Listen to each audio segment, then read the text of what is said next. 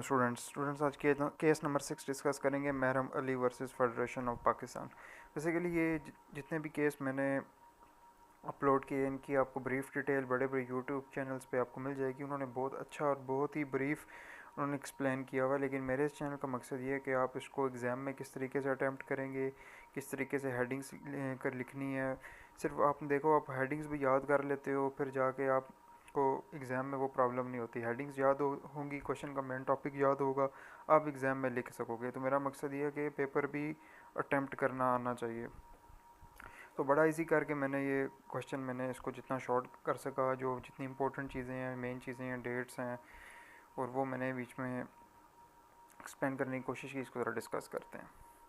तो पहली चीज़ तो ये देखनी है, जब ये क्वेश्चन आएगा तो या तो केस नंबर से वो पूछेगा या वो इस नाम बता देगा, लेकिन पता हमें पार्टीज़ भी पता होनी चाहिए, केस नंबर भी हमें पता होने चाहिए। जिसमें जिस तरह ये PLD 1998 C 1445, कभी कभी ये स्टेटमेंट आगे भी कह देंगे कि डिस्कस दिस, ठीक है। फिर कभी कभी कहते हैं डिस्कस फिर दिस इज दैट, आगे नाम लिख देंगे और कहेंगे इस केस को डिस्कस करो, ठीक है। तो ये दोनों चीज़ें पता होनी चाहिए।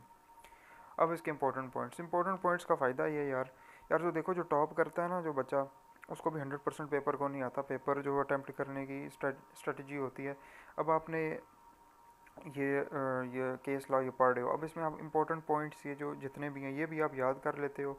याद करके फिर आप जब लिख लेते हो, सिर्फ हेडिंग्स को लिख लो याद करके, तो फिर आपको भूलेगा नहीं, एग्ज़ाम में आप अपनी वर्डिंग भी लिख सकते हो, ठीक है। ये सारे इंपॉर्टेंट पॉइंट्स जब ये क्वेश्चन अटैम्प्ट करने लगोगे, ये माइंड में आपने बैठाने हैं। उसके बाद इसको शुरू करना। अब इंट्रोडक्शन वो इंट्रोडक्शन जो चला रहा है कि जुडिशरी बड़ा इंपॉर्टेंट रोल प्ले करती है for the interpretation of statutes and laws. ये लॉ डेवलप करती है बाई की हुई जजमेंट जो प्रेसिडेंट होती हैं, और प्रेसिडेंट में भी recording the source of law. In Pakistan में भी जो सुपीरियर कोर्ट्स की जजमेंट होती हैं वो प्रेसिडेंट बन जाती हैं। There has been a lot of important cases in history of Pakistan and Mehram Ali versus federation of Pakistan is one of them. अब साथ ये दो पॉइंट भी आपने इसमें लाजमी लिखने के, दिस केस इंटरप्रेट्स आर्टिकल 175, और इस केस में जो लीगलाइज्ड किया गया था एंटी टेररिज्म एक्ट जो 1997 बनी थी, और जो स्पेशल कोर्ट्स बनी थी, ठीक है। अब bench of supreme court, the bench of supreme court consist of chief justice में अजमल महीन थे, फिर जैसे इरशाद हसन और राजा अफराज सयाब, और ये सारे ये आपने नाम लिखने हैं, ठीक है। और इस तरीके से ये वाला पॉइंट आपने क्लियर करना है। अब बैकग्राउंड एंड फैक्ट्स। अब बैकग्राउंड फैक्ट्स में मैंने दो और सब हेडिंग्स डाल दी, यानी इंसिडेंट और सिनेरियो ऑफ द केस जो भी लिखना चाहे, और ट्रायल इन स्पेशल कोर्ट। अब इंसिडेंट क्या था जी, ऑन जनवरी 18 1997 महरम अली जो था जी एक मजहबी जमात का एक बंदा था, ठीक है, जो टेररिस्ट अटैक में मुलव्वस पाया गया by detonating a bomb. The attack took place outside of the Lahore high court where the leaders, जो दूसरे लीडर्स थे मजहबी जमात के, वो बीच में दो मारे जाते हैं, और 23 other peoples including the additional session जज also killed and more than 50 peoples were injured, ठीक है। तो Mehram Ali was caught at the scene and arrested immediately.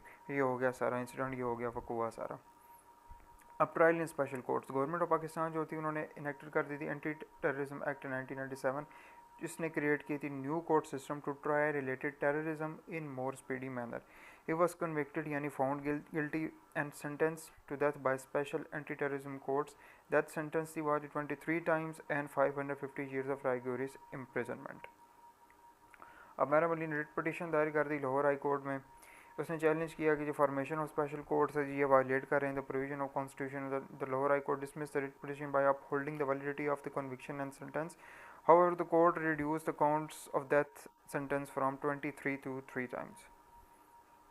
अब अपील टू सुप्रीम कोर्ट में अपील दायर कर दी है, आर्ग्यू किया कि एंटी टेररिज्म कोर्ट्स जो ATC हैं अनकॉन्स्टिट्यूशनल हैं, और his argument were based on the article 175 and which states that only judiciary established by the constitution can exercise judicial power. He also argued that the ATC were not the part of the regular judiciary and therefore could not legally try cases.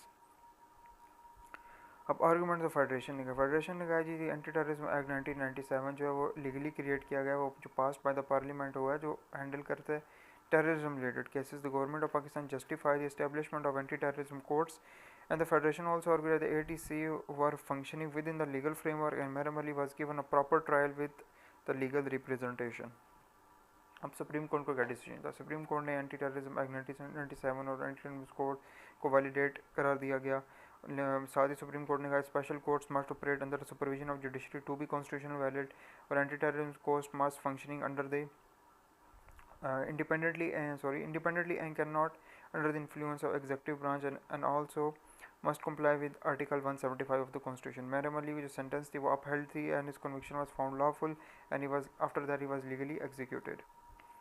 Conclusion to conclude that, अब conclusion आप खुद भी अपनी wording में भी लिख सकते हो. अब ये जितनी ये वर्डिंग है ये सारी मैंने अपनी वर्डिंग बना के लिखी है, आप अपनी वर्डिंग में भी लिख सकते हो कि Mehram Ali versus federation of Pakistan ये जो significant case in Pakistan constitution history था.